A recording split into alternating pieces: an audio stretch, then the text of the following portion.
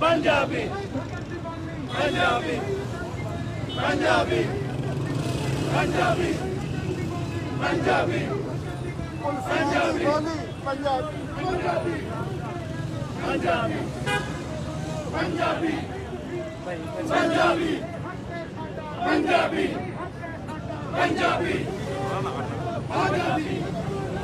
Punjabi Punjabi Punjabi Punjabi